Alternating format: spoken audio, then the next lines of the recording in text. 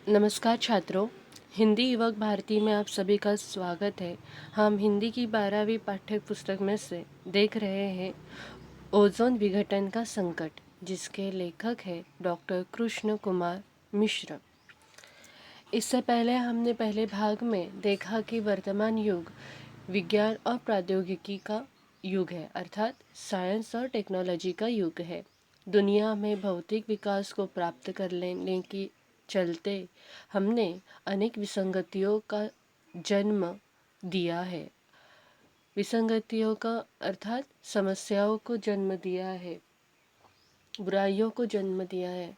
उनमें से प्रदूषण एक सबसे बड़ी समस्या है। यह लेखक बता रहे हैं, हमारे भूमंडल में पानी, हवा और भूमि बुरी तरह से प्रदूषित हुई है। शायद ही कोई चीज़ प्रदूषण से बची हो। पर्यावरणविदों का कहना है कि अगले 25 सालों में दुनिया को पेयजल के घनघोर संकट का सामना करना पड़ सकता है। कुछ लोगों का कहना है कि अगला विश्व युद्ध पानी को लेकर ही होगा। परिस्थितियाँ जिस तरह से बदल रही हैं और धरती और संसाधनों के दोहन के चलते जिस तरह से ज़बरदस्त बदलाव पड़ रहा है, तथा समूची परिस्थिति का तंत्र जिस तरह डगमगा रहा है या डगमगा गया है, उसके चलते कुछ भी संभव हो सकता है। यहाँ पर लेखक ने पर्यावरणीय प्रदूषण के सिर्फ एक पहलू की चर्चा की है, और वह है ओजोन विघटन का संकट। पिछले कई वर्षों में पूरी दुनिया में इसकी चर्चा और इसकी खासी चिंता व्यक्त की जा रही है। यहाँ लेखक बता रहे हैं कि आखिर यह समूची मानव सभ्यता के अस्तित्व का अहम सवाल है। यहाँ लेखक ने ओजोन क्या है, यह कहाँ स्थित है, उसकी उपयोगिता क्या है, इसका विघटन क्यों और कैसे हो रहा है, इसके खतरे क्या क्या है, और यदि ये खतरे एक हकीकत है तो इसकी दिशा में हम कितने गंभीर हैं, और इससे निपटने के लिए क्या कुछ एहतियात कदम उठाने पड़ेंगे। इस विषय में इन्होंने खासी चिंता अर्थात यहाँ पे अपनी चिंता व्यक्त की है।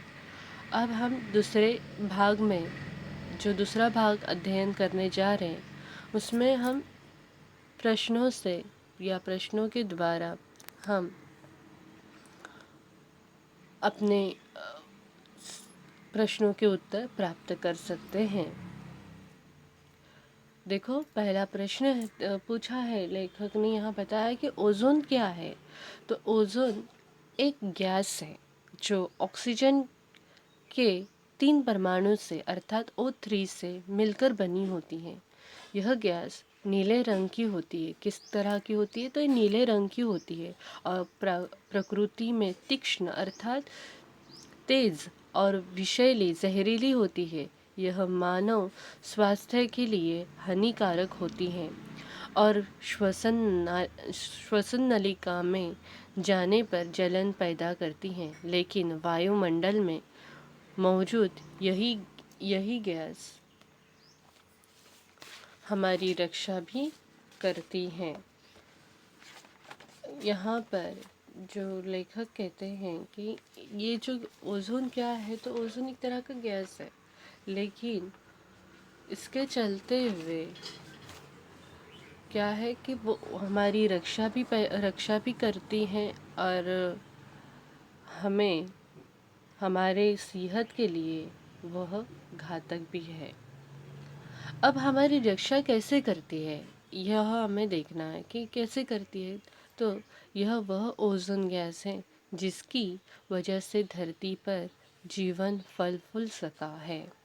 धरती पर जीवन के अस्तित्व का श्रेय एक तरह से ओजोन को ही जाता है।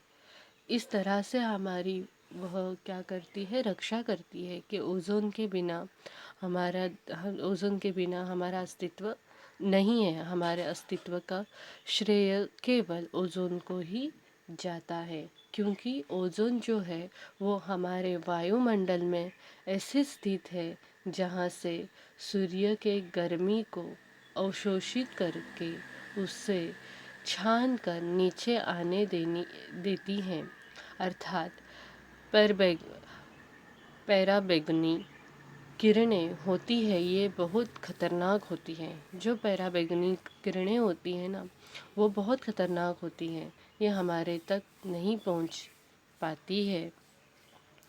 अब ओजोन कहाँ आगे प्रश्न आता है कि ओजोन कहाँ स्थित है। तो ओजोन गैस धरती के वायुमंडल में 15 से 20 किलोमीटर की ऊंचाई तक पाई जाती है। वायुमंडल का यह क्षेत्र स्ट्रेटोस्फियर कहलाता है। ओजोन की सबसे ज़्यादा सांद्रता धरती से 25 किलोमीटर की ऊंचाई पर होती है। तो इस तरह से ओजोन गैस जो है हमारे वायुमंडल में पाई जाती हैं। अब प्रश्न आता है कि ओजोन की उपयोगिता क्या है। अब इसकी हमने देखे ओजोन क्या है, फिर साथ ही साथ वो कहाँ स्थित है। अब यहाँ पे प्रश्न पड़ आता है कि उसकी उपयोगिता क्या है, क्यों हमारे जीवन के लिए ये आवश्यक है, हमारा अस्तित्व इससे क्यों है। तो देखें, जैसा कि हम जानते हैं कि विकिरण में तमाम तरह की किरणें होती है।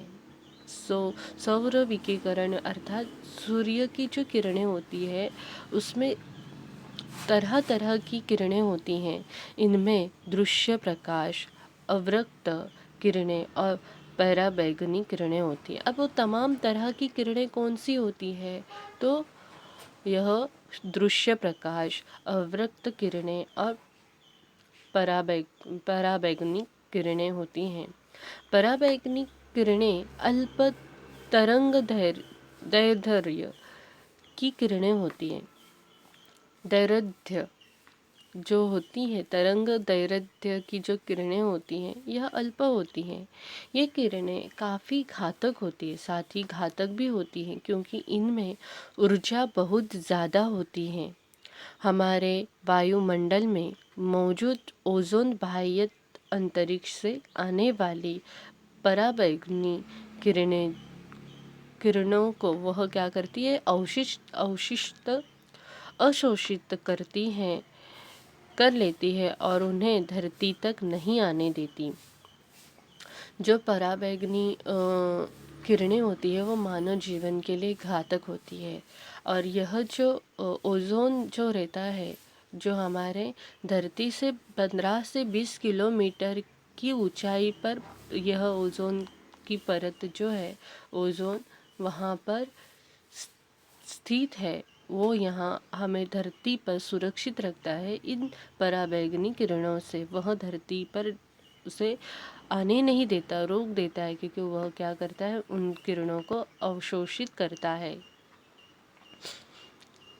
यदि ये किरणें बेरोक टोक धरती की सतह तक चली आए तो इंसान के साथ ही जीवन मंडल की तमाम दूसरे जीव जंतु को भारी नुकसान हो सकता है। देखिए यहाँ पे क्या कहा गया है कि अगर बिना रोक टोक पराबैंगनी जो किरण है वह बिना रोक टोक डायरेक्ट धरती पर आती है तो वह क्या होगा, सीधे अगर धरती पे आ जाती है तो धरती पर जो जीवमंडल है, जो जीव जंतु सजीव जो है, वह सजीव प्राणी का जीवन क्या होगा, खतरे में पड़ जाएगा। उनको भारी नुकसान हो सकता है, जीव जंतु को भी भारी नुकसान हो सकता है। इसलिए वो पराबैंगनी किरणें जो है उसे रोकने का काम ओजोन करती है। देखें आगे क्या है कि इन पराबैंगनी किरणों से मनुष्य में त्वचा के कैंसर से लेकर दूसरे अनेक तरह के रोग हो सकते। देखें कितना घातक है ये किरण। ये जो पराबैंगनी किरणें हैं ये इसे रोकने का कार्य तो ओजोन करती है, लेकिन साथ ही देखिए ये कितना घातक है कि अगर ये बिना रोक टोक सीधे अगर धरती पर आती है, जीवमंडल पर आती है, पृथ्वी पर आती है, तो यह हर उस सजीव को कौन सा रोग दे देगी, तो त्वचा कैंसर का रोग और साथ ही अन्य तरह के रोग से लोग क्या होंगे, संक्रमित हो जाएंगे। जिस तरह रोज़मर्रा के जीवन में सामान्य छतरी धूप और बरसात से हमारा बचाव करती है, उसी तरह वायुमंडल में स्थित ओजोन की परत हमें घातक किरणों से बचाती है। यहाँ पे एक अच्छा उदाहरण दिया है। लेखक कहते हैं कि जिस तरह से हमें बारिश के मौसम में या सर्द गर्मी के मौसम में हमें धूप से बचाने के लिए या बारिश से बचाने के लिए छतरी जो रहती है, हमारे पास छाता जो होता है, वो हम उससे बच जाते हैं। उस छाते का उपयोग कर हम बारिश हो या चाहे कड़ी धूप हो, उस छाते से हम बच जाते हैं। अगर उस छाते में ही छेद हो तो हमें वो छाता किसी काम का, किसी उपयोग का नहीं होगा।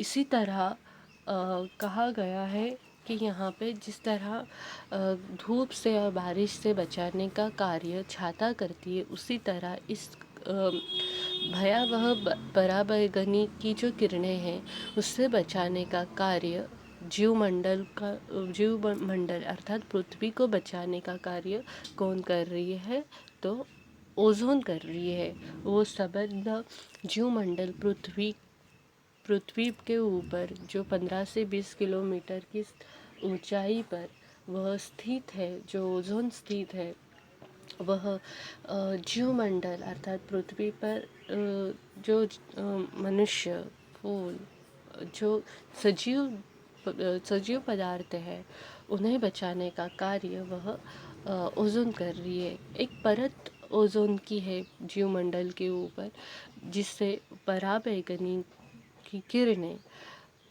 जीवमंडल तक नहीं आ सकती, अर्थात हम तक नहीं पहुंच सकती। वह एक छतरी का कार्य कर रही है। आगे देखिए, उसी तरह वायुमंडल में स्थित ओजोन की परत हमें घातक किरणों से बचाती है, इसलिए प्रायः इसे ओजोन छतरी के नाम से भी पुकारते। देखो यहाँ पे उसे ओजोन छतरी के नाम से भी पहचाना जाता है। सभ्यता के आदिम काल से यह छतरी जीव जंतु और पेड़ पौधों की रक्षा करती रही है और उसके तले सभ्यता फलती फूलती रही है। देखो कितना महान कार्य है। उसकी उपयोगिता देखिए कि किस तरह से वह अपने साथ जीव जंतु और पेड़ पौधों की वह रक्षा करती है। पराबैंगनी जैसी खतरनाक किरणें वह पृथ्वी मंडल पे आने नहीं देती हैं। अब इसके साथ साथ हम देखेंगे भौतिक विकास का परिणाम क्या हुआ है। मनुष्य अपने हित के लिए पर्यावरण का ह्रास करते जा रहा है, लेकिन उसका परिणाम क्या हुआ है। देखें, विकास की अंधी दौड़ में हमने संसाधनों का अंधाधुंध इस्तेमाल किया है। इस दौरान हमें इस बात का ध्यान प्रायः कम ही रहा है कि इसका दुष्प्रभाव क्या हो सकता है। मनुष्य अपने हित के लिए इतना आगे चला गया कि उसने प्रदूषण का ह्रास कर दिया, और लेकिन उसे इस बात का बिल्कुल भी ध्यान नहीं कि उसने पर्यावरण को किस समस्या में डाला है। इसका दुष्प्रभाव क्या होगा वो नहीं जान पाया। आज परिणाम हम सबके सामने है। हमारे कारनामों से प्राकृतिक संतुलन चरमरा गया है, अर्थात डगमगा गया है, बिगड़ गया है, असंतुलित हो गया है। भूमंडल पर शायद ही ऐसी कोई चीज़ शेष हो जो हमारी क्रियाकलापों से प्रभावित न हुई हो। स्पष्ट है ओजोन भी इसी का अपवाद नहीं है, इसका अपवाद नहीं है। क्या कह रहे हैं, देखो क्या कह रहा है कि मनुष्य ने अपने क्रियाकलापों से सभी सभी को क्या किया है, संकट में डाला है, संकट में डाला है क्रियाकलापों से। आज ऐसा हो रहा है कि कोई भी इससे अछूता नहीं है, इस कोई भी इस संकट से बचा नहीं है। अब आगे लेखक कहते हैं कि ओजोन का विघटन क्यों और कैसे हो रहा है। अब पहले हमने देखा है कि ओजोन क्या है, साथ ही उसका ओजोन कहाँ स्थित है, साथ ही उसमें हम देखें कि ओजोन की उपयोगिता क्या है, भौतिक विकास का परिणाम क्या हुआ है। अब हम देख रहे हैं ओजोन का विघटन क्यों और कैसे हो रहा है। अब ओजोन का विघटन क्यों और कैसे हो रहा है। ओजोन का विघटन, विघटन अर्थात नाश, क्यों हो रहा है और कैसे हो रहा है। देखिए, आइए अब देखें कि ओजोन का विघटन क्यों और कैसे हो रहा है। जैसा कि हम जानते हैं कि दैनिक जीवन में, दैनंदिन जो हमारा जीवन है उसमें कीटकनाशक, प्रसाधन सामग्री, दवाएं, रंग रोगन से लेकर प्रशीतक अर्थात फ्रिज और एयर कंडीशनिंग वगैरह की प्रशीतन का अहम स्थान है। सन 1930 से पहले प्रशीतन के लिए अमोनिया और सल्फर डाइऑक्साइड गैसों का इस्तेमाल होता था, लेकिन उनके इस्तेमाल में अनेक व्यवहारिक कठिनाइयाँ थी। उदाहरणार्थ, ये गैसें तीक्ष्ण थी और मानव स्वास्थ्य के लिए हानिकारक थी। अतः वैज्ञानिकों को एक अरसे से अनेक उचित विकल्प की तलाश थी जो इन कमियों से मुक्त हो। इस क्रम में 30 के दशक में थॉमस मिडले द्वारा क्लोरोकार्बन अर्थात CFC नामक यौगिक की खोज प्रशीतन के क्षेत्र में एक क्रांतिकारी उपलब्धि रही। अब यहाँ पे क्या कहा गया है कि जो इसका क्यों ओजोन का विघटन क्यों और कैसे हो रहा है, यहाँ पे बताया गया है कि जो जैसे कि हम जानते हैं कि दैनिक जीवन में कीटकनाशक, प्रसाधन सामग्री, दवाएं, रंग रोगन से लेकर प्रशीत फ्रिज और एयर कंडीशनर वगैरह से प्रशीतन का अर्थ होता है कूलिंग या ठंड, जिसे ठंडा करते हैं या कूल करते हैं, ठंडी जिसे ठंड प्राप्त होती है।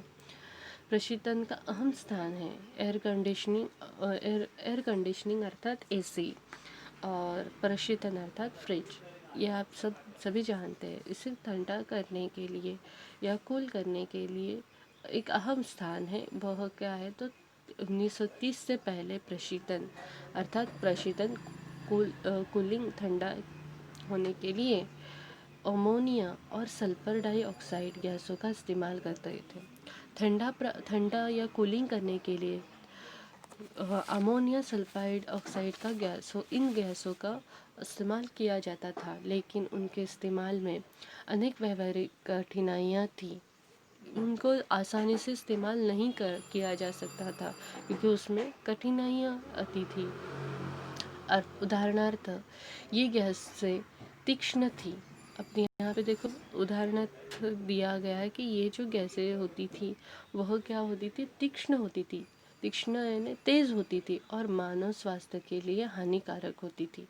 यही कारण की वजह से वह कौन सी गैसें तो अमोनिया और सल्फर डाइऑक्साइड, ये जो दो गैसें थी वो बहुत तीक्ष्ण तेज होती थी और मानव स्वास्थ्य के लिए क्या होती थी, वह हानिकारक थी। अतः वैज्ञानिकों को एक अरसे से इसी वजह से वो क्या करते थे, व्यवहारिक जीवन में इसका उपयोग नहीं करते थे, कठिनाइयाँ आ जाती थी। और साथ ही बाद में क्या हो गया कि अतः वैज्ञानिकों के एक अरसे से इनके उचित विकल्प की तलाश थी जो इन कमियों से मुक्त हो। जो कमियां थी, जो अमोनिया और सल्फर डाइऑक्साइड इन गैसों में, ये जो बहुत तेज़ होने के कारण व्यवहारिक कार्यकलापों में मनुष्य जो था उसका उपयोग नहीं कर पाता था, कि इससे मनुष्य के स्वास्थ्य को भी हानि साबित होती थी। इसलिए एक अरसे के बाद उन्हें तलाश ऐसे यौगिक की खोज थी कि जो मनुष्य के जीवन पर हानि ना पहुंचाए। इसलिए इस क्रम में 30 के दशक में थॉमस मिडेल द्वारा क्लोरोफ्लोरोकार्बन नामक यौगिक की खोज प्रशीतन के क्षेत्र में एक क्रांतिकारी उपलब्धि रही।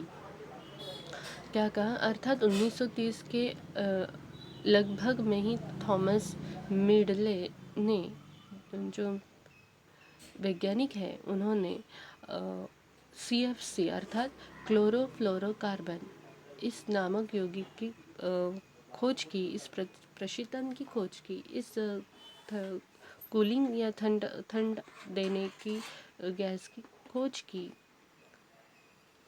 और बाद में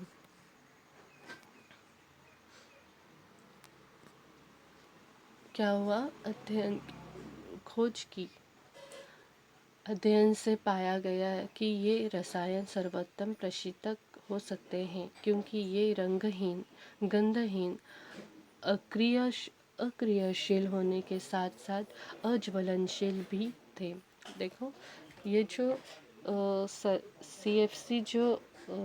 CFC जो है वह क्या है, रंगहीन है, गंधहीन है, अक्रियाशील है और साथ ही अज्वलनशील भी थे। इस तरह से आदर्श प्रशीतक सिद्ध हुए, क्योंकि इसमें कोई खतरा नहीं था, इसलिए वह आदर्श प्रशीतक सिद्ध हुआ। इसके बाद तो प्रशीतन में CFC का इस्तेमाल चल निकला।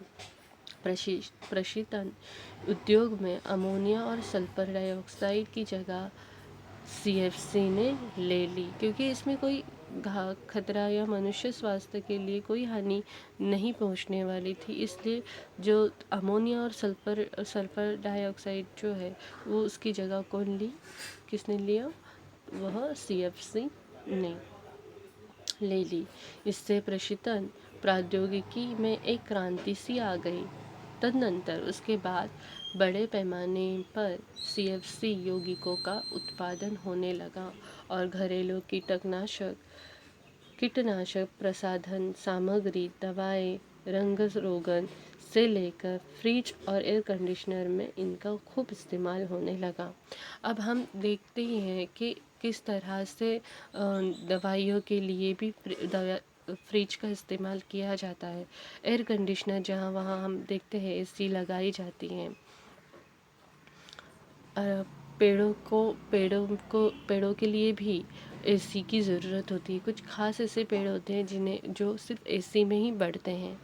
हम जहाँ वहाँ देखते हैं कि हर तरह कूलिंग के लिए हमें फ्रिज और AC का उपयोग किया जाता है। हमारे घर में हो, दफ्तर में हो या स्कूल में हो, पाठशाला में हो, जहाँ देखे वहाँ फ्रिज का अब इस्तेमाल होने लगा है, क्योंकि यह क्या है, मनुष्य जीवन के लिए घातक नहीं है, हानिकारक नहीं है। इसका सभी श्रेय जाता है वह थॉमस मिडले को जाता है, क्योंकि उन्होंने ही इस CFC का खोज किया है। तो आइए हम देखते हैं इस पर आधारित कृति पत्रिका। निम्नलिखित पठित गद्यांश को पढ़कर दी गई सूचनाओं के अनुसार कृतियाँ पूर्ण कीजिए। संजाल पूर्ण कीजिए। देखो CFC रसायन के गुण। अब यह एक रसायन है, CFC रसायन गुण, इसके गुण क्या है वो आपने लिखना है। कारण लिखिए। पराबैंगनी किरणें काफ़ी घातक होती है। क्यों होती है? क्योंकि कारण इनमें ऊर्जा बहुत ज़्यादा होती है। ओजोन की परत को ओजोन छतरी नाम से भी पुकारते हैं। क्यों पुकारा जाता है? क्योंकि वायुमंडल में स्थित ओजोन की परत एक छतरी की तरह हमें घातक किरणों से बचाती है। कृति 2 देखो क्या है? शब्द संपदा। निम्नलिखित शब्दों के समानार्थी शब्द लिखिए। यहाँ पे आपको उत्तर दिए गए हैं। विषैली का अर्थ समानार्थी शब्द होता है जहरीली, जहरीले। स्वास्थ्य का अर्थ होता है सेहत। प्रकाश का समानार्थी शब्द होता है उजाला, नुकसान, हानि। निम्नलिखित शब्दों के वचन बदलकर लिखिए।